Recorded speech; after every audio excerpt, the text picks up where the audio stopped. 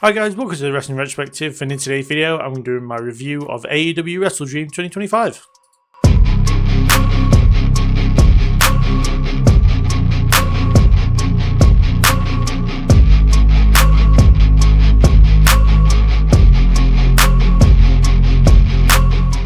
First up on the card, we had Jamie Hayter defeating Tekla, and yeah, this was a decent match. It was quite a hard-hitting affair, very physical for both women. It was good to see kind of a singles women's match on the pay-per-view with kind of no championship involved, which was good to see, but the feel around the match was it really wouldn't have gone amiss on a Dynamite. It really felt like these two could have had a better match if they maybe been given more time, or maybe they just maybe booked it a bit better. I don't know. I was like, without insulting these two women who had a decent match nonetheless, is the fact that like it didn't have that pay-per-view feel as much as I kind of wanted it to. I expected more out of this one, especially as I said with it being on a pay-per-view. But a lot of it in the early stages were done on the outside. There was a lot of using the barricades. Maybe there should have been a question as far as the count out went, or whether they were outside for more than 10. They definitely felt like they were, but referee's leniency is fine, especially when it's on pay-per-view. Yeah, these two had like an interesting dynamic because they are very similar in how they wrestle. You know, they're both very hard-hitting women and kind of go for strikes and stuff. So Jamie Hayter was relying more on her strength, whereas Tekla was relying more on her speed. There was a kind of awkward moment just after a sequence. Well, it wasn't. The sequence itself was very awkward, where I felt like they might have been just a little bit too close to each other. So Tekla couldn't do the kind of bending backwards properly into the spear. When she hit the spear, it was fine. It got a 2 count, and I believe it was when Hayter's foot was under the rope, which is something we don't see very often when we see referees go for a count and they stop it because her foot wasn't moved under the rope. It was just under the rope in general. It's something we don't see very often, so it was good to see kind of something, I don't want to say something new, but just something different to break up a pin. But overall, it was fine. I kind of expected Tekla to get the win just because, as I said during my predictions, it feels like AEW have more investment in her, but Jamie Hayter getting the win just before Blood and Guts would suggest that the heel team is probably going to get the win in Blood and Guts. We don't quite know what the teams are yet. You have to believe it'll be Jamie Hayter and Queen Omanata on one side, and then the Triangle of Madness on the other. But yes, this was fine for the most part. I said I expected a little bit more with it being pay-per-view, but yeah, I feel like it was a decent match to start off the show, and it was, to say, good to see a singles women's feud on the pay-per-view. But yeah, so decent start, just a good build for Blood and Guts, I suppose.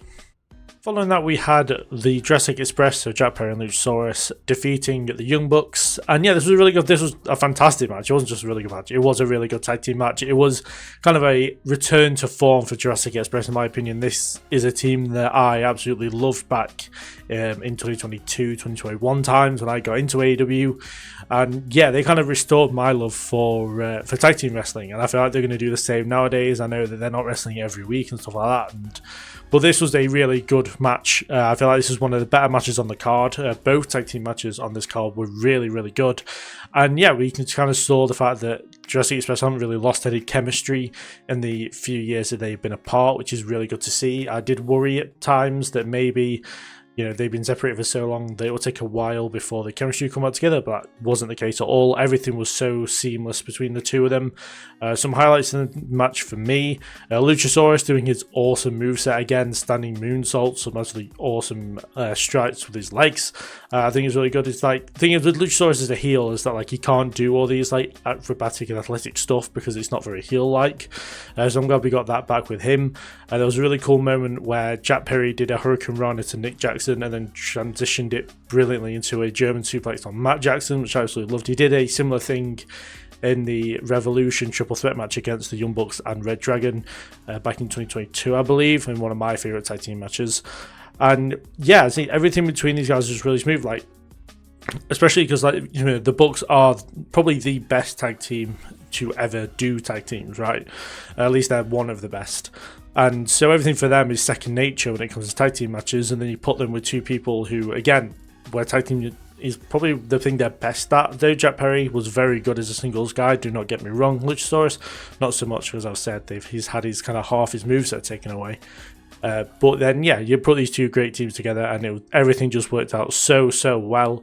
And yeah, I really, really enjoyed this. I'm hoping we're going to see Jurassic Express wrestle more often against, like, competitive tag teams as well. I know they did a one-off on Dynamite, but I believe that wasn't against kind of a team. And he did the trios match, which was good as well. I assume they're going to do some kind of trios match with the stuff that happened after the match, which we'll get to. But yeah, the match overall was really, really good. I very much enjoyed it. I definitely would go check it out if you haven't seen it. It's probably one of the highlights of the show. And then after the match, we saw the Don Callis family. I think it was Josh Alexander, Lance Archer, and Mark Davis attack Jurassic Express. The Young Bucks just walked away. Kenny Omega came out to make the save because he's feuding with the Don Callis family. I did hear that Omega and Ibushi were supposed to tag up to face 2 members of the Don Callis family, but due to Ibushi's very unfortunate injury, with him not being able to wrestle for like 2 years now apparently, which is huge and a massive shame because I haven't really seen much of Kota Ibushi. I've only seen what he's done in AEW, and like it hasn't really been that much due to injury, so that's a massive shame. So yeah, I assume we're going to get some kind of trios match again between the Don Callis family and the the Jurassic Express and Kenny Omega at some point. But yeah, overall, really, really enjoyed this one. Definitely one of the better matches of the night. I wouldn't say it was quite match of the night, but it was definitely up there, maybe a close second or third. But yeah, very happy to see Jurassic Express back kind of the way they were before, and I look forward to seeing where they go next. Kind of hoping they go towards the tag team titles pretty soon. After that, we had the Hurt Syndicate defeat the Demand in a Tornado tag match, and the stipulation massively helped this match along. It was a really fun match. It felt kind of short, but in like a really good way. It felt really action-packed. This match never really had a dull moment in it, which was really, really cool to see. Yeah, I felt like this was a good showing from all involved here. Maybe MVP maybe didn't have the greatest showing because he was targeted a lot by the Demand, but as a group setting, this was great showings from both, and hopefully both teams can benefit massively from this feud overall. You know, it feels like the Hurt Syndicate have kind of got their momentum back as far as being a dominant group, and the fact they're babyfaces now is actually something I prefer, especially with the ops and how they turned out later, which we'll talk about. I feel like their meeting on Wednesday is going to be really good because obviously the Hurt Syndicate have earned a trios title match on Wednesday after winning this match. But no, Ricochet is someone who has had a career revitalized in AEW, and the GOA, the Gates of Agony, look great. I don't know when, but at some point they have to become tag team champions. They have the look to be tag team champions. They are so good in the ring. They're so fluent together. They have to get those belts at some point. And the same with the Hurt Syndicate. We saw, well, for me anyway, as somebody who wasn't really a big Shelton Benjamin guy when I was younger, when I was in WWE in like the early to mid 2000s. No. Mid to late 2000s, sorry. Wasn't really a Shelton Benjamin guy, but since joining AEW, he's been sick. I've loved what Shelton Benjamin's been doing. Bobby Lashley as well is someone who I would love to see be doing more single stuff. I like him in this tag team, but I feel like if they added a new member, and then maybe that new member and Shelton Benjamin did the tag team stuff, so then Bobby could go out and kill it in the singles division, because there was moments in this match where Bobby Lashley kind of went on a hurting people spree, and he really took control of the match. I'd probably say he was MVP of the match, not MVP as in the MVP, but you know what I mean. He was like the main guy for the majority of the match, I'd say, and yeah, he was taking out everybody left, right and centre. And there was a really cool moment where Shelton Benjamin did a German suplex he did a German suplex to Ricochet, but did it over the ring, over the top rope of the ring, so he landed on everybody on the outside, then did a suicide dive himself, which was really cool. And yeah, just everything about this worked really, really well, like the last tag team match. And yeah, as I said, I've been really enjoying the Hurt Syndicate as babyfaces. I definitely prefer them as babyfaces, especially because the trios division and groups in general, like, we need more babyfaces, especially now the ops have turned. So yeah, this was a step in the right direction for all teams involved. Hopefully, like, I would like to see the Hurt Syndicate win the trios titles, but I think the ops are going to keep them on Wednesday, which is unfortunate. But no, I'd love to see Bobby Lashley go on a singles run, and maybe Shelton Benjamin goes into Continental Classic in December, so then Bobby Lashley can go and do other stuff. But no, yeah, this was a really, really fun match. Very much enjoyed it. Again, up there with some of the best matches on the night. And yeah, so I've got really nothing bad to say about this one. After that, we had Kyle Fletcher successfully retain the TNT Championship against Mark Briscoe in what was another great match between these two. It was fairly even, the pacing was done really well, and these two have such good chemistry together, which ideally they should after having 5 matches together. But Mark Briscoe, his chops were brutal throughout, they sound awful, and kind of the fighting parts of the match really favoured Mark over Kyle. But then Kyle Fletcher is so good, arguably the breakout star of the year in wrestling, in my opinion. Maybe Stephanie Vaquer has him beat by a bit, but he has been one of the best in AEW in 2025, in my opinion. And yeah, I mean, I really like how he is visibly emotional during these matches, and every match he's in defending the TNT Championship.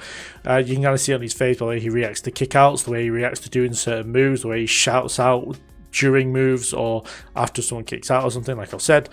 But yeah, it all adds into the story of his matches, which arguably makes him just one of the best to watch wrestle. And yeah, just some highlights from the match. There was the so I was just trying to find myself in my notes. But the kicks that Kyle Fletcher do when he has his leg stretched out to the most, and he kind of kicks his opponent the upper chest to the jaw, brutal every time. I know he goes to them a lot, and maybe it can get a bit tedious. Personally, I don't find that to be the case. It sounds awful every time he does them, and it's a highlight of his matches, in my opinion.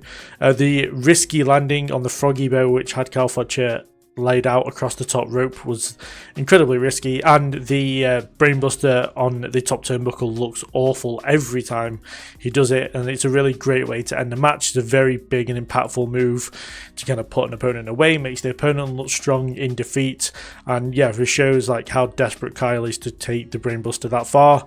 And yeah, everything here was just really, really great. They work together so well. It's why they've had 5 matches together now. And yeah, they've really got nothing bad to say about this one. And yeah, that's it. I'm looking forward to see who Kyle has next. I assume his next defense will probably be on a Dynamite, but I do genuinely look forward to seeing who he will defend against at Full Gear, because finally, and I would probably say this over anybody else right now, is that Kyle Fletcher is finally bringing back the prestige of the TNT Championship, better than Cole did. Obviously, but Cole didn't have a massive reign, but better than Garcia did, and better than Jack Perry did. And yeah, I'm glad we finally got to a point where the TNT title is starting to mean something, because it means so much to Kyle Fletcher that he's having just fantastic matches with it. Following that, we had Chris Statlander defeat Tony Storm in what was a very, very good match. Not how I expected it to go, but in a good way. It wasn't quite the classic I had in mind, if that makes sense. They kind of had a different dynamic going in. Tony Storm was very frustrated throughout this one. Even from the beginning parts of the match where they were doing more traditional stuff, they were going for lockups and holds and multiple pin attempts and takedowns. And yeah, neither could really get the advantage in the opening parts, and then Statlander kind of eventually got the advantage. There was a long feeling out process, but Statlander took the mental advantage just due to the fact she was knocking Tony Storm on her ass.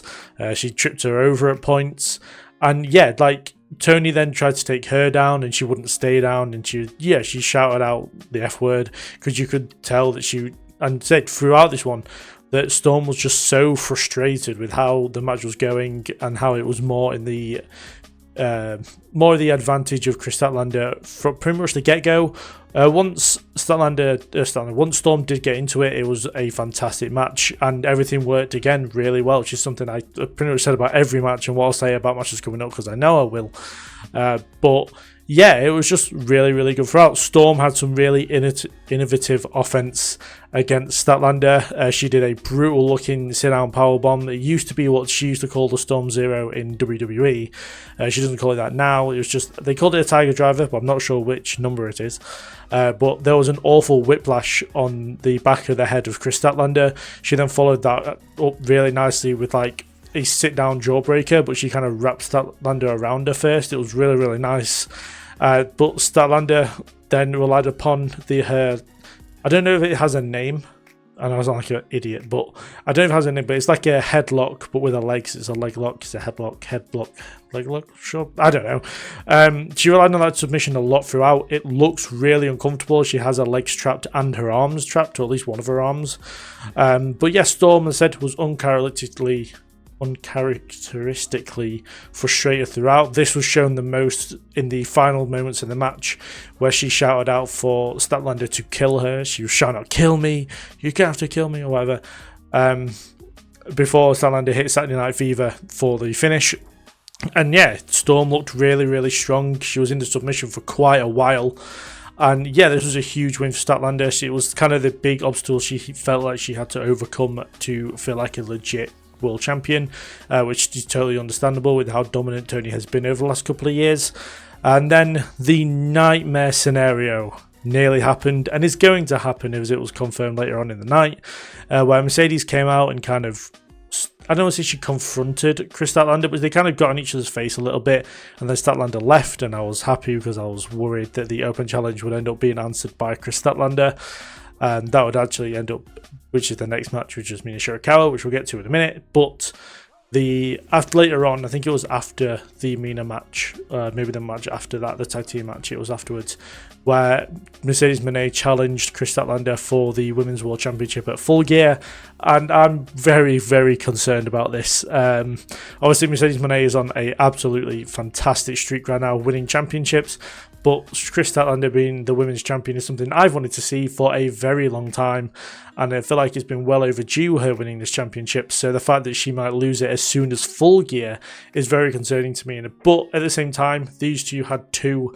of like the best women's matches of 2024 at Full Gear and at World's End last year. So I look forward to seeing them go into battle again, especially with both of them being champions, we assume. But yeah, not liking the fact that Mercedes is coming into Statlander's reign so early. I probably would have done that a bit later on. And yeah, there's always that risk from Mercedes Moné of her ending a world title reign, because of course she is the belt collector, but I said the same thing about Toni Storm, and Storm actually beat her, so there is that. But let's say when we get to Full Gear, I'll kind of talk through it a little bit more. But yeah, right now, very concerned for Chris Statlander about her losing the Women's Championship so soon after winning it. After that, we saw Mercedes Moné do an open challenge for the TBS Championship, and throughout the day after she announced she was doing open challenge at CMML, I was trying to figure out which champion was going to challenge her. I thought maybe it would be someone in CMLL, and I thought no, because she's a CML champion. I thought maybe because she's recently showed up on Ring of Honor, they would get the IWGP Women's World Champion Shuri to come in, not Shuri, Sheree, I don't know how to say it. The former Saray in NXT to maybe answer a challenge, but I thought maybe they don't want to do that. And then it dawned on me that the Ring of Honor Women's Television Champion is Mina Shirakawa. So my bet was on her, which I would have predicted if they had announced it during the predictions video.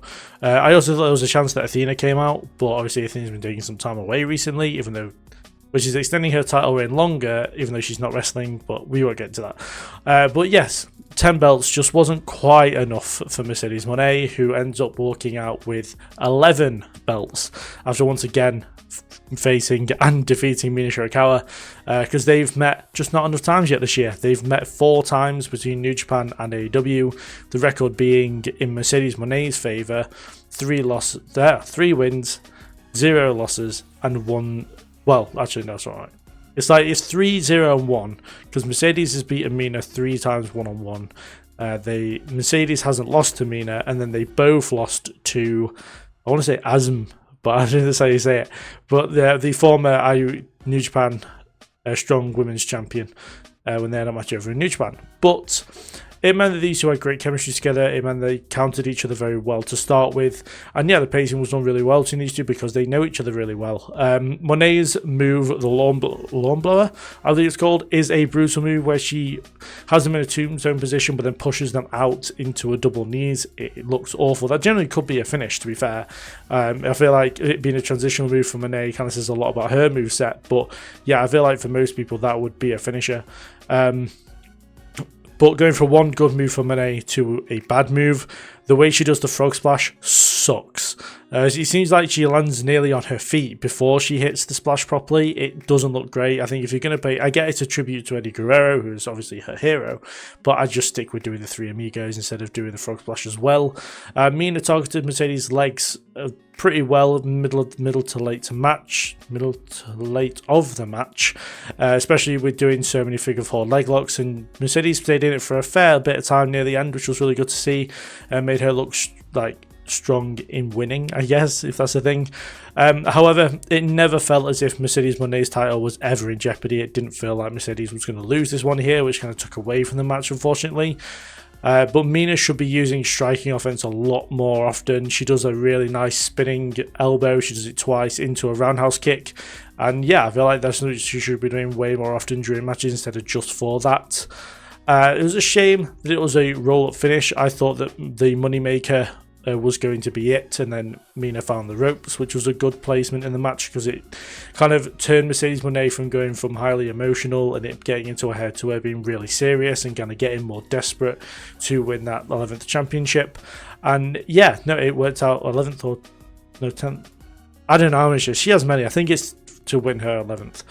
And yeah, so the roll-up finish was fine. It showed desperation, and yeah, you could tell it affected Mina. We saw it in backstage with Tony and Mina kind of helping each other. And it seems as if they're probably going to enter the tag team tournament and probably win those championships. I feel like they would be heavy favourites if they are in it. But yeah, I can't imagine Mercedes Moné doing Ring of Honor every week. But it wouldn't surprise me if we saw the return of Red Velvet soon. And then maybe we got Velvet versus Moné at Final Battle to become the undisputed Ring of Honor Women's Television Champion. For me, I probably would have, I feel like the pure rules would have actually done better for Mercedes Moné. She could really show off how good she is at in-ring wrestling. But no, I feel like the Television Champion's fair enough. It's one that isn't the major championship, so they can keep Athena on as the longest reigning champion, but then also have Mercedes Moné have a championship in Ring of Honor, because it's like one of the only major companies or major big name brands of wrestling in Ring of Honor where she doesn't hold a championship that isn't under the WWE logo. And obviously she's had the New Japan Strong Women's Championship as well, and she is a former IWGP Women's Champion also. It wouldn't surprise me if she wins that again at some point. But yeah, no, I'm interested to see what a Red Velvet Mercedes Moné match looks like, because Red Velvet was doing really well when she was television champion. It was a shame she got injured when she did. But yeah, Mercedes Moné is now 11 belts, Ultimo Moné, and yeah, with her now targeting the AEW Women's World Championship, I'm wondering whether she actually doesn't lose that, because she doesn't need the World Championship. But there's a story within Statlander versus Moné where Statlander couldn't get Mercedes Moné beat at Full Gear last year or World's End last year, so it kind of makes sense within the story. But there's always that kind of worry around Mercedes Moné where she'll just take a championship just because she maybe has creative control, or she doesn't. We don't really know, but we kind of have an idea. But yeah, so this was a really good match between these two. I very much enjoyed it. It wasn't one of the best ones on the match. On the night is pretty bog standard for Mercedes and Mina, but yeah, it was still very good. Still worked out really well, and yeah, I'm curious to see where this Statlander and Moné feud goes as far as the match quality at Full Gear. Following that, we had Bandido and Brody King defeat Takeshita Takeshita and Kazuchika Okada in what was a absolutely fantastic match. I'd probably say this was match of the night for me. I really enjoyed this one. All four guys had great showings individually and as teams as well. And yeah, it was just great tag team wrestling throughout. From three guys who I usually associate with singles competitors, so Okada, Takeshita, and Bandido, and Brody, who's not part of his usual team that he's normally with Buddy Matthews, but because he's injured, they've made this team of Brodito, and they are absolutely killing it right now. And yeah, everything about this match worked so well from start to finish. It was just the pacing was done well. Takeshita and Bandido are two guys that whoever they face right now, they're having great matches with. You know, whether it's in AEW, whether it's in CMML, whether it's in New Japan, whether it's wherever, the two of them are just having great matches no matter who they face, and it is just awesome, in my opinion. I don't know how else to put it. I won't say the Don Callis family, so Takeshita and Okada targeted Bandido, which made perfect sense with him having a hurt shoulder, and also with him being the smaller of the two guys, it made perfect sense to have them go that way. The conflicts between Okada and Takeshita were laced throughout the match, but they were done in a way that was really well. It didn't really take away from the match where you thought that maybe they were going to lose. In the end, it did end up costing them, but in the starting to mid stages, there was little signs, but you still thought that they could definitely do this, and with Don Callis in charge that they would make it work. The strikes and chops from Brodito throughout the match were brutal sounding, and there was a moment where Bandido did a spinning bat fist to Takeshita, and it made me pop. It was so awful sounding and awful looking. But yeah, it was a wonderful sequence where Bandido went for the 21-plex to start with, and it ended with Bandido doing a shooting star press where everyone was involved, everything was happening so quickly, but the wrestling was so fluid and so smooth, and transitional was just really, really, really good. Like, I can't tell enough about how good this match really was. One thing that it kind of takes away, especially when it comes to Okada matches, is how often he goes for the Rainmaker and just misses. Like, I think I've seen over the last probably 6 months with him being around, is that he'll go for the Rainmaker like 5 to 6 times, but only really connect with it once. And in this match, the only time he did connect with it, Bandido ducked it originally, which is a miss, but then it connected with Takeshita, which took him out of the match, which then led to the closing moment. And yeah, for me, when it comes to Okada and Takeshita, I'll said it once, I'll say it a million times, World's End is the place to do it. You do Takeshita versus Okada at World's End after the Continental Classic. And I can't wait to see those two go one-on-one, because you know it's going to be such a good match. It's probably going to be a match of the year candidate on like one of the last days of the year. And yeah, so overall, I thought it was great. The fact that Okada was smiling about hitting the Rainmaker on Takeshita kind of sets it up really well to have those two feud probably in a couple of months. I think they're both going to be in the Continental Classic, so that's the way I would set that up. But yeah, this was an absolutely fantastic match. The closing sequence with Brodito taking on Okada and making sure he was definitely being put down for 3 was absolutely great, because it made Okada look strong in defeat as the unified champion. And with Bandido pinning Okada, he gets a unified title shot on Wednesday, which I'm sure Bandido versus Okada is going to be an awesome match as well, so I can't wait for that. But yeah, everything about this worked really well. I can't compliment this one enough. As I said, I think for me it was my match of the night in a night where there was many great tag team matches, and it really was like a great showing for tag team wrestling. And yeah, something we don't really see very often nowadays, is the tag division seems to get left behind by all major companies right now. So yeah, it was a really like nice bit of fresh air to have the tag team division kind of be on such a big showing within a show. And yeah, everything about this worked so well. I cannot compliment this one enough. So yeah, I look forward to seeing who Brodito face next. After that, we had Hangman Adam Page defeat Samoa Joe to retain the AEW World Championship, and this was a good match, but only a good match. I expected a lot more out of this one. I expected kind of like a typical Hangman banger match is what I expected, and it unfortunately wasn't what we got. It was a very evenly contested match. There was a lot of back and forth throughout. Samoa Joe has very unique styles where he's slow and methodical paced throughout, but then has bursts of speed and energy that's like very effective for the moves he's doing.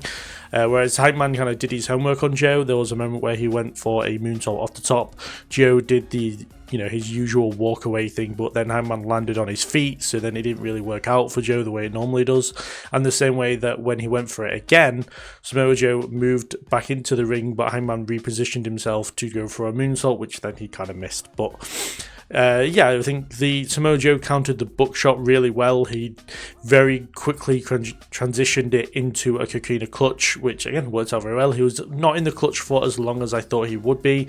And yeah, the submission move for Samoa Joe wasn't used that much. It felt like a very quick match at times, but then also it was like I don't know how to put it. It's like the match felt short, but there was a lot of moments within the match that like stuff kind of got stagnated. Like, that's the thing that I noticed the most. For like 3/4 of the match, there was a lot of kind of nothing going on, whether they were setting up moves, whether they were both selling and getting up, whether it was Joe talking smack. And yeah, it kind of went on for a little bit too long compared to other Hangman Page matches where they'll do this, but it's kind of a lot quicker. I just kind of found myself realizing that there's just like, there's really nothing going on here. I don't know whether that's because of Samoa Joe or whether that's just how the matches ended up. Maybe the chemistry isn't quite there between these two in singles competitors, whereas in the triple threat match with Swerve they had at Revolution last year, they kind of had that third person that kind of filled in those gaps, if that makes sense. I'm interested to see if there'll be a rematch, especially after what happened after the match, which was obviously the Ops turning heel and Samoa Joe, Powerhouse Hobbs and Katsuyori Shibata all turning on Hangman Page, which again is a questionable thing, because isn't there like a ton of heel groups or heel trios at least within AEW? We should be having more babyface teams. I think, think about it, you've got the Death Riders, LFI, now the Ops, the Demand, Shane Taylor Promotions, MXM TV. There's so many like trios or groups of heels. The Don Callis family, of course. But then babyfaces wise, you've kind of got the Hurt Syndicate, which there's only a very new face turn for them. But then you've got maybe the Bang Bang Gang, maybe Dark Order to a degree, but I don't know what. It's always unsure whether they're face or heel. And there's another group that I can't think of right now.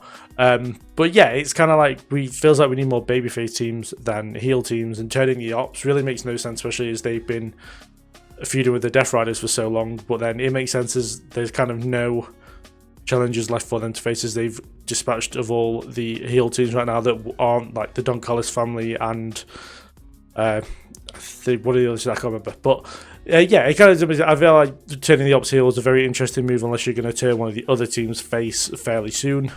But 3 buckshot lariats to put down Joe made perfect sense with it being such with him being such a big guy, you know, it kind of makes sense. And also the case of with him already being a champion, as he's 1/3 of the trio champions, again, it makes sense to make him look strong in defeat. Yeah, so I really would like to see them have a rematch where they kind of can let go a little bit. It did feel like they were holding back a bit, maybe not at Full Gear, but maybe on a special Dynamite. That would be preferred, in my opinion. I think we've got like a Thanksgiving Eve show coming up before Full Gear.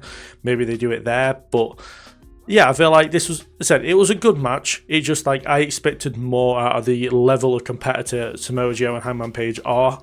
But then again, some people don't click on the night, some people don't click overall. So maybe it's just one of those things. But yeah, I was a bit disappointed with this one, and it was good, but just good when I wanted more. And finally, in the main event, Darby Allin defeated Jon Moxley in an I Quit match. And yeah, it's been like a day and a half-ish since this match has happened, and I still don't know how to feel about this one. I enjoyed it for like 6/8 of the match, with obviously Moxley being in control for the majority, and just some highlights. I guess I know some people really didn't like this one, but yeah, Moxley targeting the jaw and mouth of Darby Allin was very interesting when he has to say I quit to win, or to get the win. It doesn't really make any sense why you target the mouth, but you know, it is what it is. The skewers into the nail was disgusting. It made me cringe so much. The throw from Claudio is all kinds of brutal. It made me question whether if the table had broken, whether it would have been better off. The fact that the announce table didn't break when he threw him kind of made it look worse, because he bounced off the table and then landed on the chairs and landed then on the floor. Whereas if the table had broken, maybe it would have helped his fall a little bit. But either way, it would have been absolutely awful. So respect for Darby Allin for taking that. We saw the Death Rider, the move through a table, which was fine. It was kind of a very, I don't know how to put it. It's like a very basic move for this style of match between these two competitors. And yeah, and then we saw the very unique attempted drowning of Darby Allin, I suppose. Really, my opinion, the online reaction to that has been way over the top. It's, you know, it was always going to be perfectly safe. It's not as if they were going to go too far with it or anything like that. And plus, it was pay-per-view. You can kind of get away with doing this kind of thing. It was on free television, like when Moxley landed on the spike edges, Adam Copeland's thing, and it stuck into his back, and they were trying to pull it out, and it was just this grim moment. I get why that would be an issue on television, but on pay-per-view, I kind of understand why they did it here. And yeah, I feel like some people might have overreacted towards it.